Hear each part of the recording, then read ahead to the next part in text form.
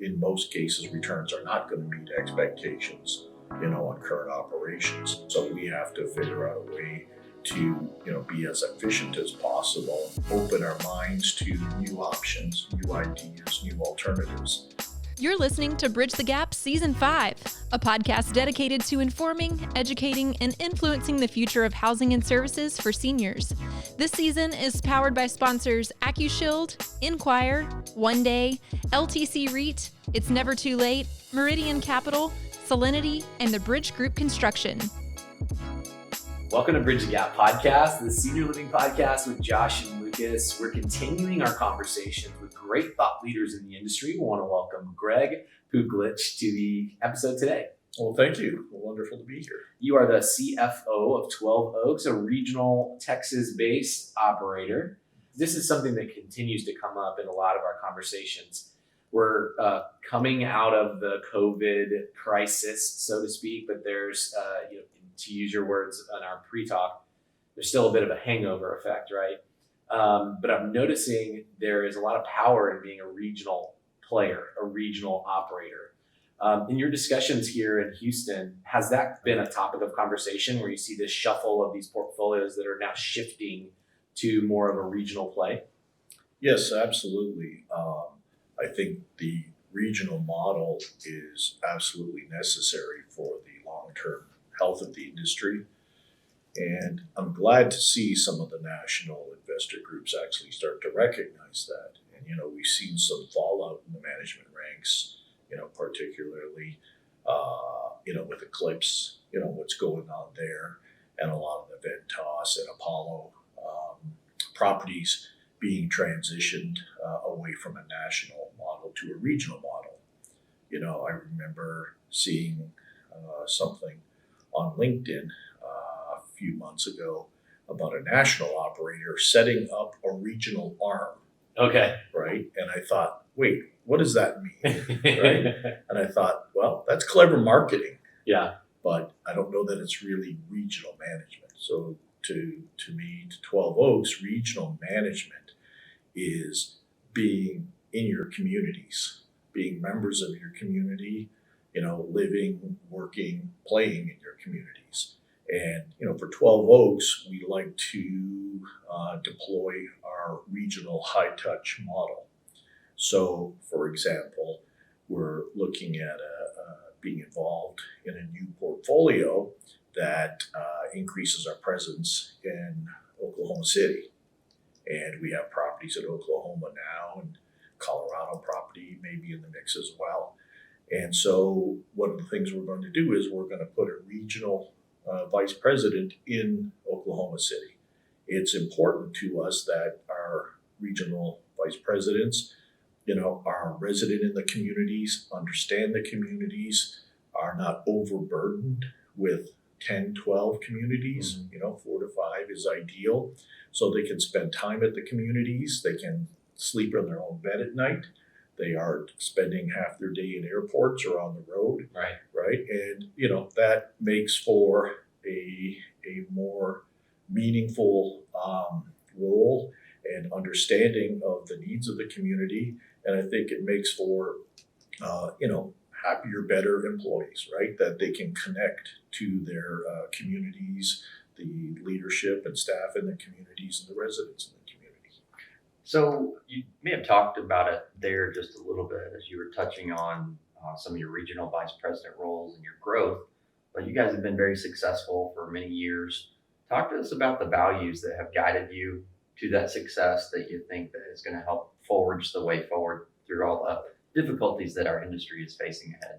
12 Oaks is founded on our principal core values, and Dick Blaylock, as our CEO, is extremely committed to ensuring that those core values are deployed across everything we do. Our 4 core values of character, competency, servanthood, and stewardship, very important to us. We conduct focus groups within our corporate staff. We provide for executive coaching for our leadership. We provide for impact training for our community leaders. And we really try to, live the mantra that we, speak, not just words, but in actions in everything we do. I love that. So let's do a little bit of forward looking as a leader, your organization, looking ahead. Let's compare and contrast a little bit to the opportunities and the challenges that lie ahead. Sometimes with the great challenges, the flip side of that is it opens up some opportunities. But what are you seeing? What is your leadership team seeing as the great challenges and opportunities that lay ahead? Sure. So I think the challenge is first, and I would suggest that it's the conquering of the challenges that will provide the opportunities. So, clearly the challenges, as Lucas said at the outset, the hangover of the COVID impact is certainly still here. And, I know a few months back, everybody thought we can't wait till we get to, the end of the year, fourth quarter, right? Everything's coming back to normal. Well, since we said that, here we are now faced with some very significant staffing issues. And, it's not just a matter of, raising rates a couple bucks. Though there is pressure to obviously increase rates and be competitive, the vaccine mandate is an issue at the communities. And, we're obviously very supportive and, see great value in everyone at our communities being vaccinated. So we don't want it to be a political issue. We want it to be a health issue. We want it to be an issue to ensure that our residents are safe and well cared for. And, that's of paramount importance to us. So we need to be more creative and more involved and make sure we build a good culture as well as a good pay structure at all our communities to make sure that we can recruit and retain quality employees that our residents deserve. And to that end, we work very hard to inject that culture at all our communities, pay fair wages, and try to create a very nurturing and wholesome environment for everybody. So certainly, number one issue I think on the board today is staffing, those staffing costs. Now we're also faced with inflation. We're seeing, the cost to fill up the activity van, the utility costs, food costs. Everything's going up across the board. So people see that, they see the inflation. What makes it tough for us, the challenge that is a result of that is, we aren't able to immediately pass on those costs to our residents. So here we are coming off the costs of COVID, costs of reduced occupancy, costs of personal protection and enhanced sanitation, lack of staffing, all those costs that we've had to endure over the past several months and year are now compounded by these additional costs that can't be passed through immediately. So the pressure on the net operating incomes of these properties is enormous right now. We're in budget season right now, and we've delivered first drafts of all our budgets to our owner groups. And we are going to be meeting with them over the coming weeks. And there's going to be some very, difficult discussions about the realities that we face. And, we need to deal with that.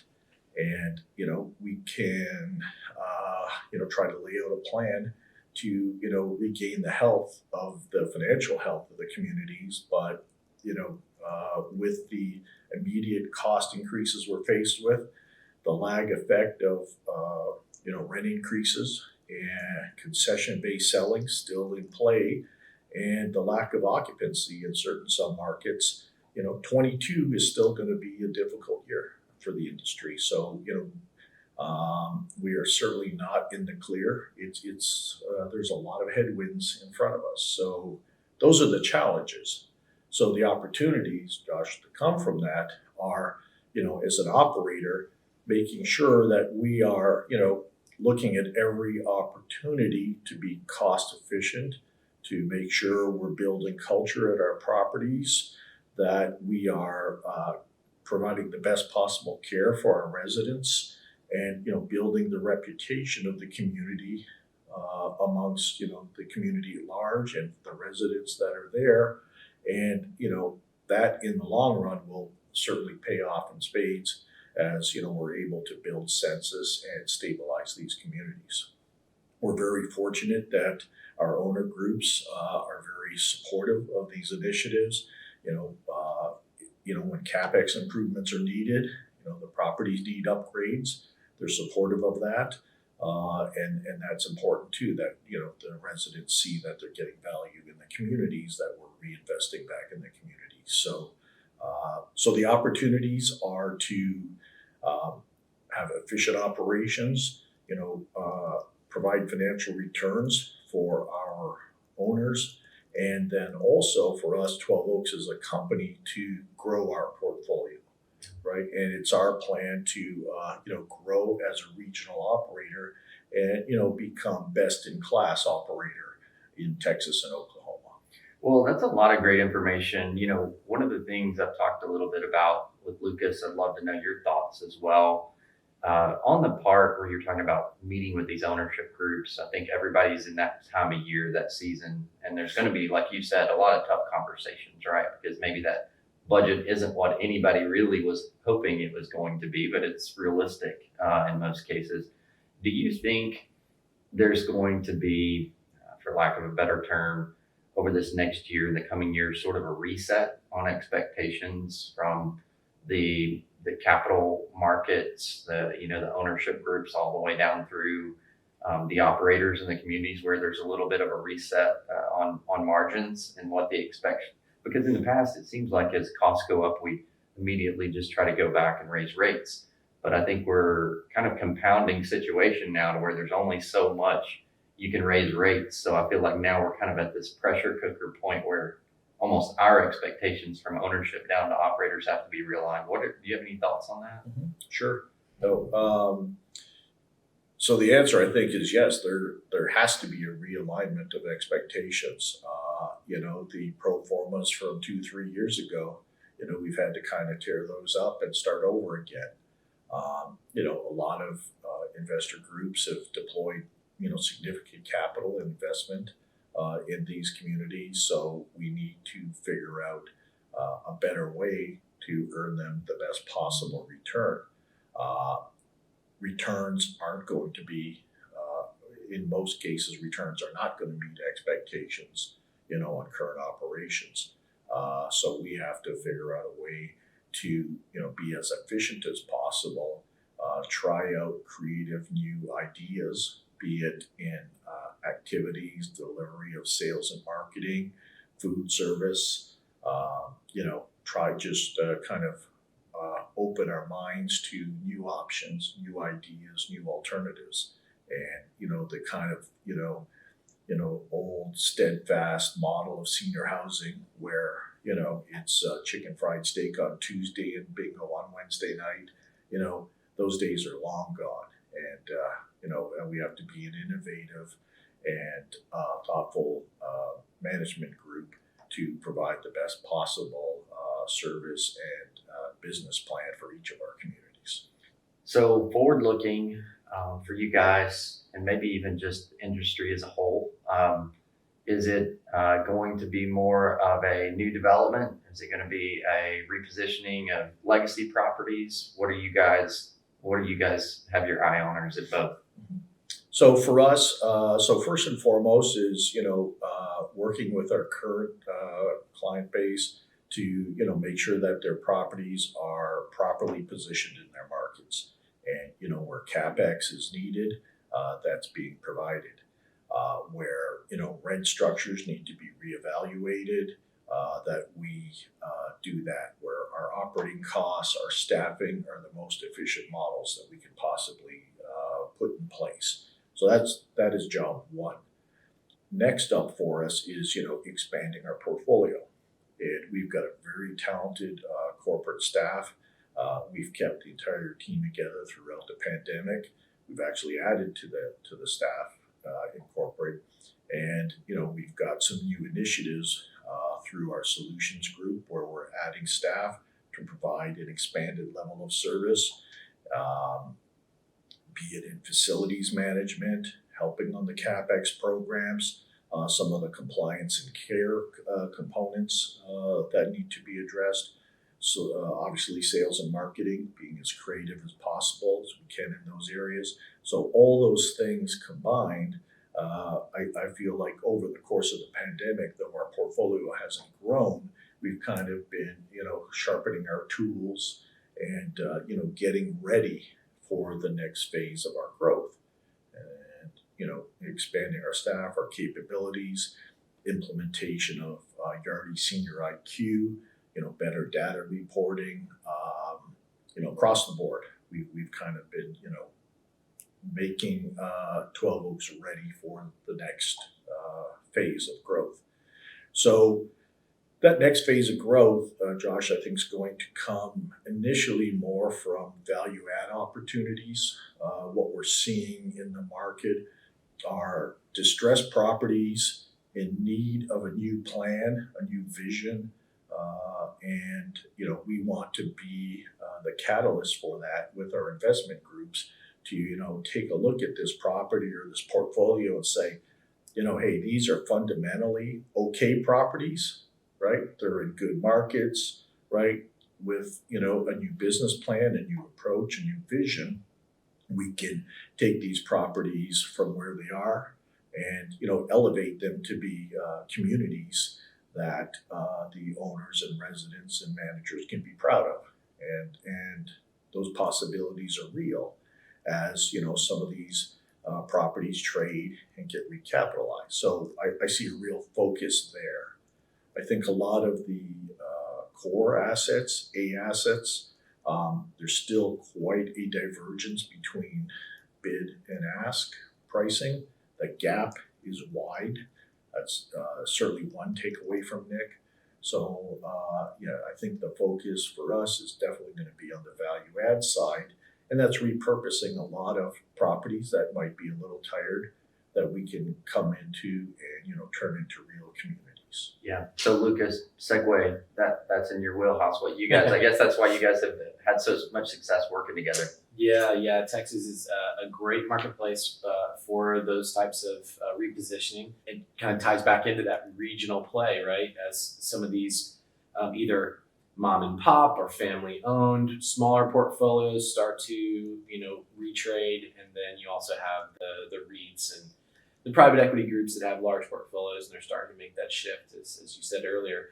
Great conversation. There's talking about staffing, and as kind of we round out our conversation, we do have a lot of young listeners or people that are just pursuing senior housing as a career. What would be kind of some advice or something that you would say to somebody that may be listening, they're in college, or they're just saying like, let me check out this senior living. What is this all about? What would be some advice for those people? My advice would be take a really hard look at it, and take a chance. So my background was more as a merchant developer, dealing in single fam and multifam and condos, and it was more about turn and burn the deal, right? And monetize assets into cash flow. What I really enjoyed with senior living is seeing the real impact you can have on people's lives, the residents. And it's not just, about renting an apartment or a retail space or selling a building lot. It's about, creating communities. And the complexity of operations in senior housing, in optimizing NOI is significant. It's a big challenge, and there's so many things that go into it. The sales and marketing side, understanding your submarkets, ancillary revenues, looking at your operating cost structure, your staffing, your dining, your care programs. There's so many elements, and if you want to be in a very dynamic and very challenging industry, but a very rewarding industry, where you still have all the rewards, be they financial or otherwise, that you can get in other asset classes. Senior housing provides much more at the end of the day. So, I would say anybody who's looking at a career in real estate, investment, senior housing, right? It's an asset class that you can embrace, and it'll embrace you back, and you can, really have a wonderful career.